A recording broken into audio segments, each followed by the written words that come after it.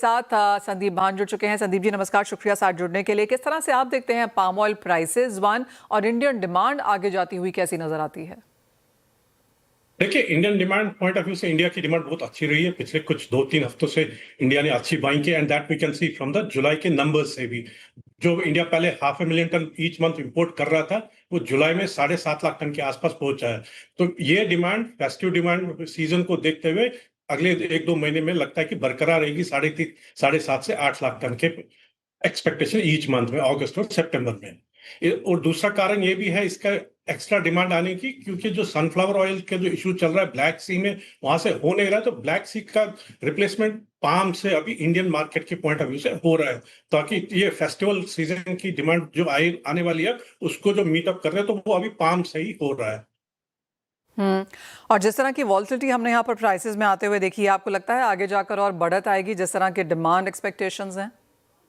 देखिए, प्राइस में दो फैक्टर्स हैं। अगर अभी रिसेंटली जो एमपीओबी की जो रिपोर्ट रिलीज हुई, उसमें उन्होंने स्टॉक्स मलेशिया में दिखाए हैं 2.63 मिलियन टन के आसपास, और वो सितंबर अगस्त में भी एक्सपेक्टेड है थोड़ा सा बढ़ के आ सकता है। उसका इम्पैक्ट प्राइसेस में ऑलरेडी आ गया है। अगर अपन फ्यूचर्स मार्केट के तरफ देखें तो फ्यूचर्स में अभी नियर बाय का प्राइस और एक मंथ फॉरवर्ड का प्राइस फ्यूचर्स में 100 रिंगिट के आसपास का डिफरेंस है। कैरी मार्केट में चल रहा है, तो इसके हाई स्टॉक्स का इम्पैक्ट नियर बाय में आ रहा है।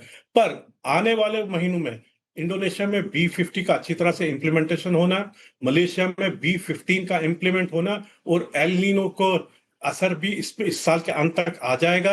और इसके साथ साथ वेदर कंसर्न जो बढ़ते जाएंगे एंड ऑफ द ईयर में, तो सप्लाई टाइटनेस आने वाले महीनों में बढ़ती जाएगी, जिसका इम्पैक्ट अभी फ्यूचर्स मार्केट में क्लियर दिख रहा है, क्योंकि फॉरवर्ड मंथ्स में ऑलरेडी हम बहुत प्रीमियम पे चल रहे थे। That is to price in the supply tightness की एंटिसिपेशन।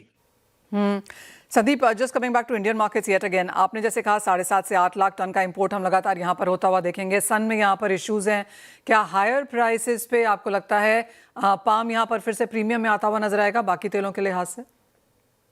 अभी देखिए, जो जैसे मैंने कहा कि नियर बाय का तेल वो सस्ता है फ्यूचर्स के मुकाबले, उसके चलते ये 7.5 लाख टन अभी जो इंडिया बाइंग कर रहा है, फॉरवर्ड में पाम नहीं ले रहा है, सारा स्पॉट में ले रहा है, because spot is cheaper than forwards. और ये मार्केट को देखते हुए इंडिया कंटिन्यूअसली स्पॉट बाइंग करेगा पाम में।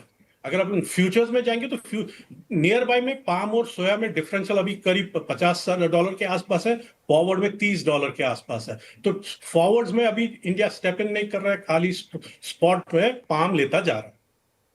फाइनल सवाल देन संदीप, यहाँ से प्राइसेस कहाँ जाते हुए नजर आ रहे हैं?